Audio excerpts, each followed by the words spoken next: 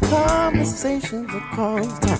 Conversations across time. Conversations across time. Conversations across time. Conversations across time. Conversations across time. Conversations across time. Conversations across time. Conversations across time. Conversations across time. Conversations across time.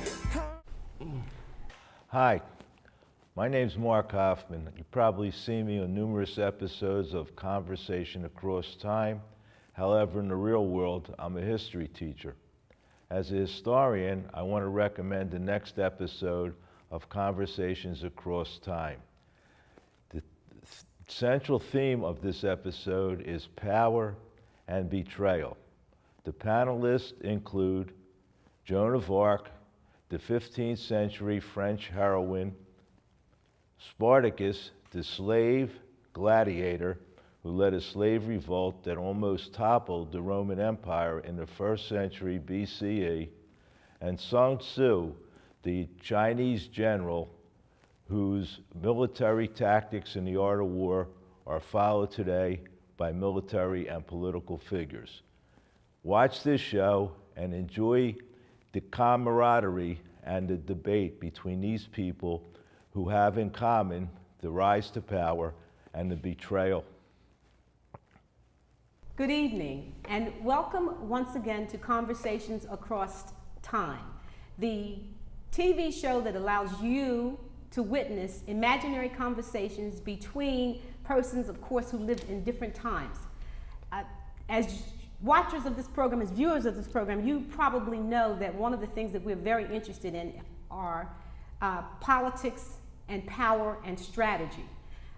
We strive to bring you interesting people who will be discussing these historical events in a way that you've probably not viewed them, and we'd like you to know how they apply to what's going on today. So tonight's guests are, my co-host is former state representative Babette Josephs. Welcome, Babby. My pleasure. Seated next to Babette is Spartacus. Spartacus is a guest that you frequently see on this program, and once you understand the composition of the panel, we will lead you into what it is that we're going to talk about. Seated next to Spartacus is Joan of Arc. Welcome, and I guess we should call you Saint Joan. Welcome. Thank you. And seated next to Joan of Arc is another frequent guest on this show, and that is Master Sun Tzu. Welcome, Master Sun Tzu. Now, tonight's topic is power, but it's power and betrayal. And the guests here have a lot to say about this because there is so much about their history and how they impacted history that has to do with betrayal. To that end, I'd like to start by addressing you, St. Joan, and that is to give some background to the audience. First of all, you started having visions when you were 12 years old. 12, yes. You are known as the Maid of Orleans, and for some of our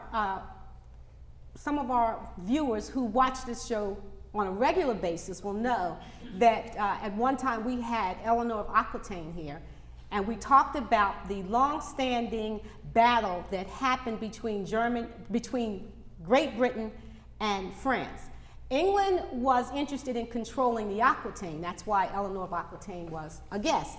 And there has always been tension historically over France because England has always wanted to rule France. Probably not today, but certainly in the past that's what has happened.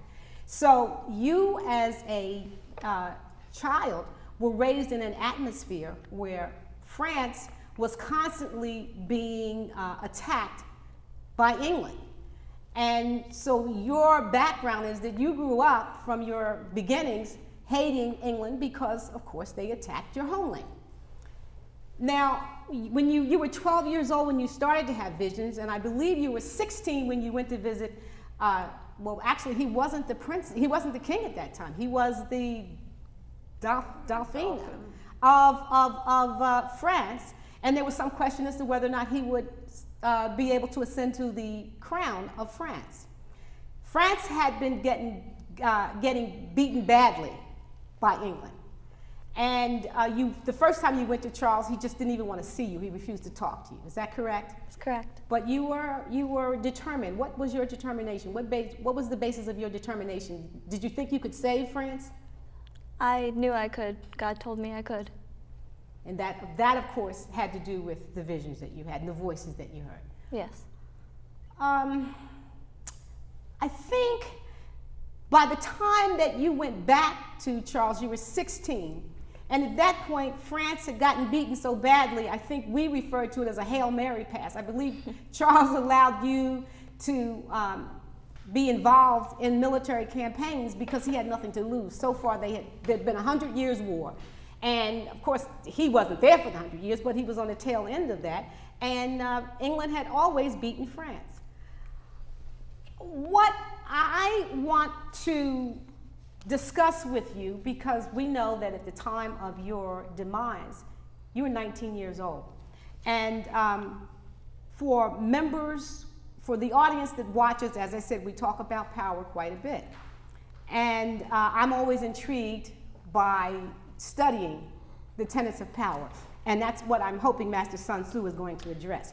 So I'd like to talk, if I may, for a moment, about a book called The 48 Laws of Power. And a lot of young people today read this book. A lot of business people read this book. But I want to read the first law of the 48 Laws of Power and see if the rest of the panel can understand where we're headed with this and maybe jump in. Law 1, never outshine the master. This is a book that consists of 48 laws that if you master these laws, you will be successful in business.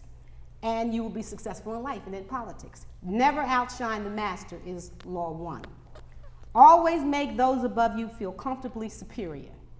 In your desire to please or impress them, do not go too far in displaying your talents, or you might accomplish the opposite. You might inspire fear and insecurity. Make your masters appear more brilliant than they are, and you will attain the heights of power. Now, I bring that up because you ultimately led the troops and were successful. And then at one point, you had gotten so successful that you were more popular than Charles. I believe that history tells us that is why, when you were kidnapped, he refused to pay ransom for you and he refused to rescue you. And I'd like Master Sun Tzu, if you would, to just address that, if you would. Well, her big mistake, again, is by not learning the lesson of staying in your place. Basically, all warfare is based on the art of deception, and sometimes warfare takes on different forms. Sometimes the warfare can just be day to day, and part of that would be not outshining the person above you. I think that was a major mistake that you made. Of course, her voices told her. Voices. Yes, well. Rubbish. Rubbish? Rubbish. You make plans, you go to war, you wage war based on calculations and the condition of yourself versus the condition of your enemy. You made an interesting point. The decisions that we make in combat, as in any other area of life, are ultimately defined by the position in which we find ourselves. This shows up in all of the games that have lasted for hundreds or thousands of years. If you look at, I believe it's called, I forget the name of it. There are several strategy games in your culture, but European chess. In our current culture. In the Chinese culture. I'm so sorry. Yes. Chess. That's a European strategy game. In any case, it's one thing to be divinely inspired, but even in the history of religion, the people who were divinely inspired generally were forced to come up with some sort of plan in order to bring the inspiration to fruit. And in this case, being a milkmaid, you did not necessarily have the background to strategize. And as a result, you found yourself in the hot seat. Right, but before that happened, she strategized quite successfully and managed to do what the French could not do without her, which was beat the English. Well, if we're going to follow the idea of divine inspiration, how much of that could be considered strategy? She had a plan, she had a battle plan, she executed it, and had she not outshone her Charles. masters, she might not have been martyred at 19. Who knows? She was a national hero. She made France as it is today, really.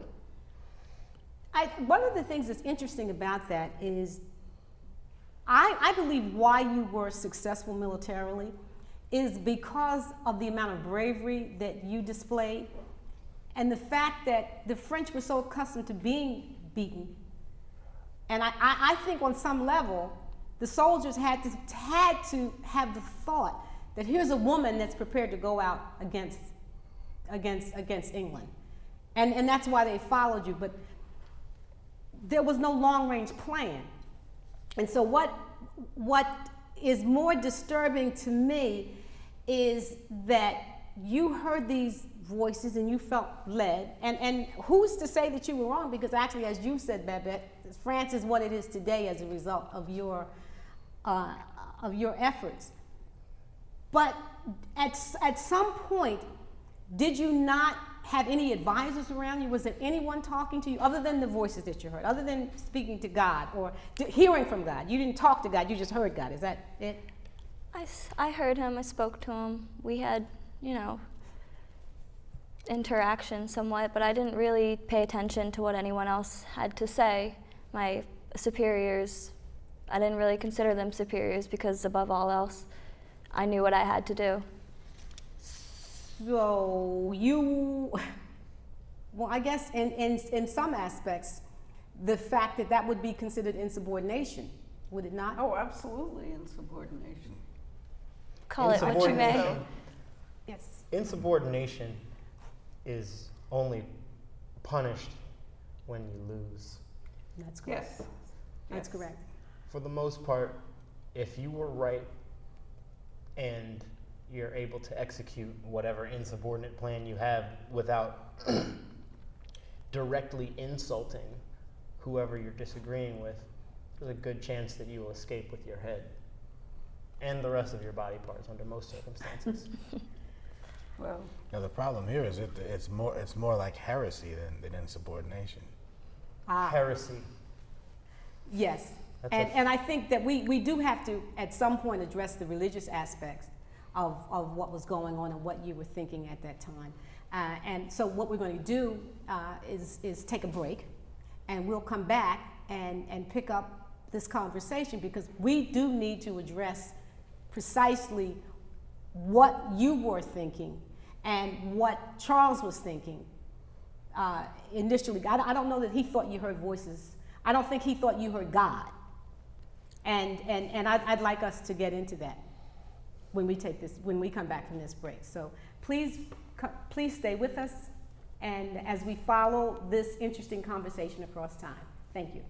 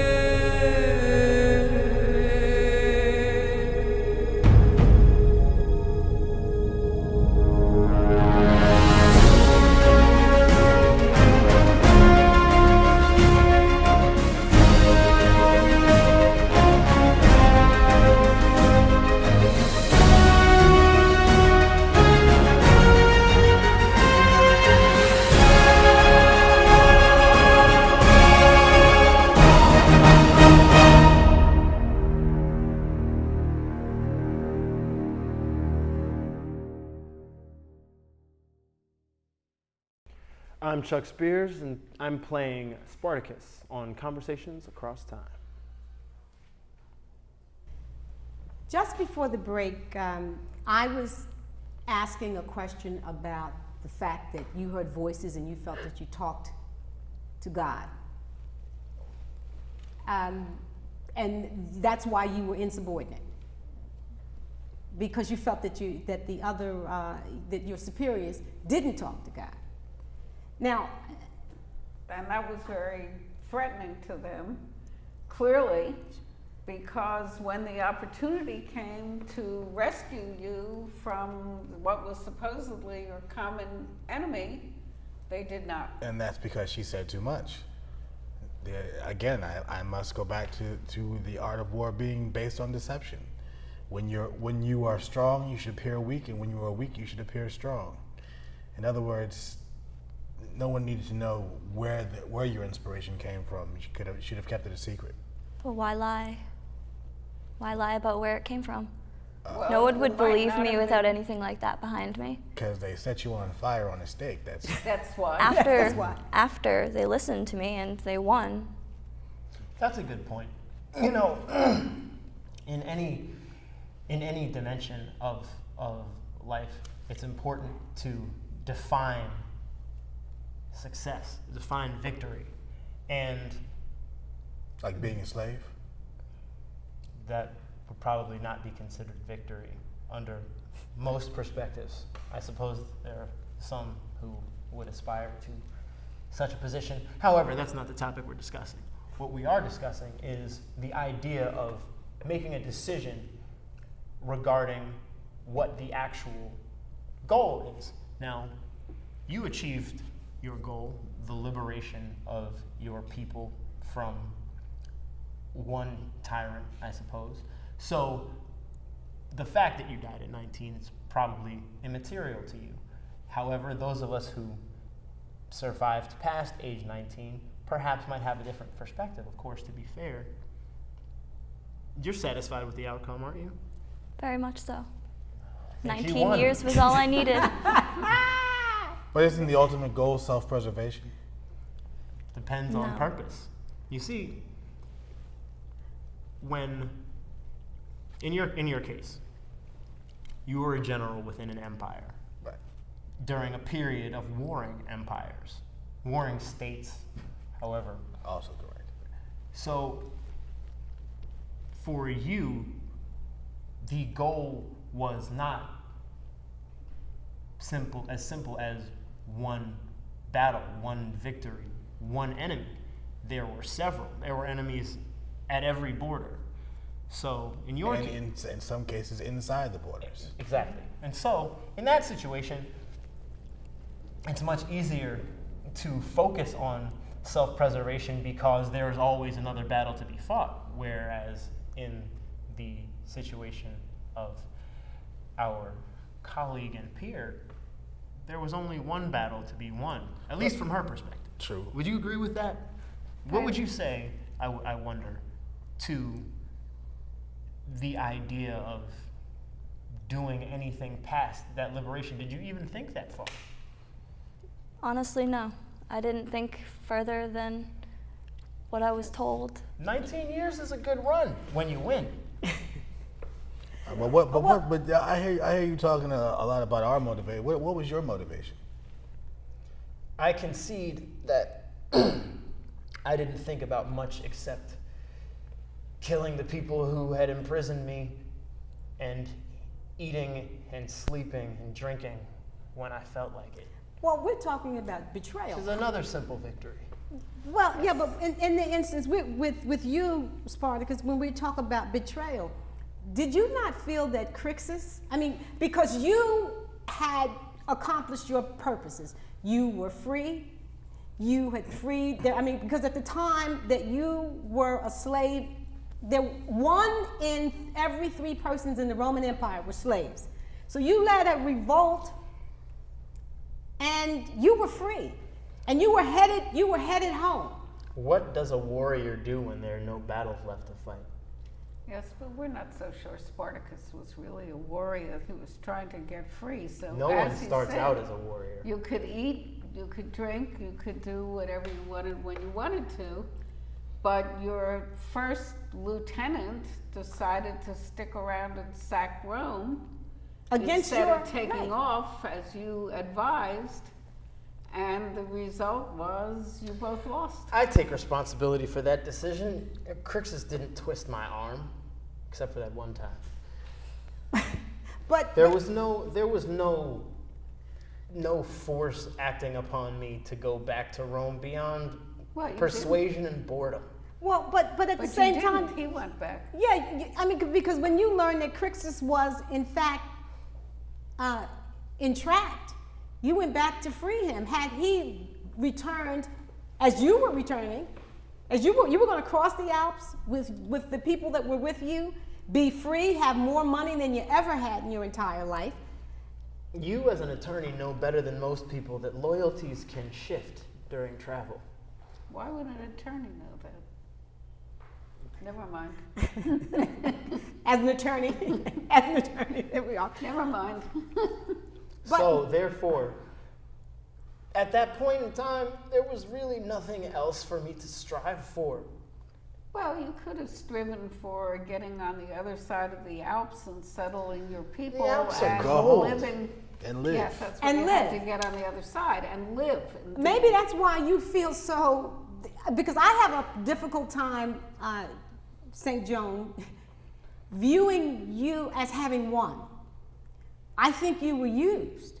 I think that Charles, this was a Hail Mary pass, as we called it earlier, when Charles even sent you out. Would you have the kindness to explain that metaphor? I was his last resort. There you are. Oh, Yeah. That's thank you. Well, Yes. well, He- I Those mean, of what us- we didn't he had say no other choice. is that this war was being fought on French soil, that while it was being fought, and people were being massacred, little children and non-combatants and old people, the Black Plague was raging, and something like a half of the people in Europe died while Less God enemies. was talking to you. So, and 500 years later, the church said, guess what? She was right. God was talking to her, but it took 500 years. That's quite a few years. And I would just like to throw another name here, because we speak of Moses as the man who talked to God. Yet no one ever thought, or no one ever accused Moses of being crazy. Well, Moses got his comeuppance too. He struck the rock, and he never went to the Holy Land. He didn't go to the Holy Land, but he lived to a ripe old age. Yes, yes. Is living to an old age such a great victory? I don't mind. Spoken by a young person. Spoken by a young person is living to an old age of victory. Well, I think so. you raise an interesting point. You are, at this time, attempting to evaluate the lives of others based on your own values. That How else sounds can you do that? like Whose values would you use? Yeah, exactly. If it's not well, your own. there's always the option of trying to understand the values of others. When we consider the outcomes that people work for, viewing those outcomes when they are successful as failures is at best short-sighted, and at worst perhaps even hypocritical. No, I want to Wait, explain, she because was- I didn't, and certainly if I communicated that, that was not my intention. I don't view Joan of Arc as a failure. I think what strikes me more is her misunderstanding of what was going on around her. Now, you say, okay, she's 19 years old and she was burned at the stake for being a witch. For being a heretic, right? Yes. I Yes. mean, she was condemned. Her soul, one thinks, perhaps was also, or that was the But intention of the for a church. devout Christian, a death in a time of pestilence is easily construed as relief from suffering. So dying at 19 for a young woman who has experienced visions for the latter half of her life, that doesn't sound like such a terrible. Except for the part where they set her on fire. That doesn't sound all that relieving. Now you that make a good point. that I can actually go along with, because dying by being set on fire sounds decidedly unpleasant, more so than dying in numerous other ways. Or It would being have- whipped. It would have happened Or eventually. stoned. I outshined the master. Being It would have stoned. happened eventually some way. Better to die at the hands of your enemies than your friends. Wait, it was the French that got you. Fascinating the philosophical end. point. Yeah, I mean, it was, that's the truth. It was the French. But loyalty again, French loyalties shifted. Could have saved you. If we're going to Yes. if we're going to have an honest discussion about betrayal, then we can't possibly ignore the fact that the outcome for which young Joan put in so much effort was achieved, and once that outcome was achieved, then the victors fought amongst themselves, which is not the same as a failure in battle. It's a betrayal. So, Which is the point. but Betrayal. but let's not lose sight of that context, because to say that there was a limit on the success is inaccurate. France was liberated. What actually happened was the fallout is what did Joan of Arc. Would you say that's accurate? It is. I mean, 19 years isn't a lot, but it was full of purpose, and my end result came out the way I wanted it, and I knew it would. Seems pleased to me. The war kept going, you know. Also, as far as I'm concerned, it's perfectly fair. If they were done with you, you had to be disposed of. And if that's the way God wanted it, that's the way He wanted it. So so are we saying that Charles, in his failure to come to rescue you, in his failure to pay a ransom, because as you were You say failure, I say a choice. I said God's will. a choice of Charles, A choice of Charles. Now Yes. but not he a choice he- of hers. He simply chose to cut his losses. She had already achieved what was meant to be achieved. Why go pick her up? And you know, I to me this is very controversial, and I'd like, You know, if it had gone on Facebook, he would have picked her up. Yeah, I You would could like, bury this stuff in those days. pretty I'd much. like to have the opportunity to ask you back so that we can continue this discussion, because where I sit, it does seem to me that this was betrayal. You set this man up, you made him king, and he betrayed you. You're fine with it, but I guess I have a problem with it, and I hope our audience will come back next week and hear the end of this very interesting conversation across time. Thank you very much for joining us. We look forward to you joining us next week, as I said, to hear some answer from St. Joan. Thank you very much. This has been Conversations Across Time. Good night. Conversations across time, conversations across time, conversations across time, conversations across time, conversations across time, conversations across time, conversations across time, conversations across time, conversations across time, conversations across time, conversations across time, conversations across time, conversations across time, conversations across time, conversations across time, across time, conversations across time, conversations across time, conversations across time, conversations across time, conversations across time, conversations across time, conversations across time, conversations across time, conversations across time, conversations across time, conversations across time, conversations across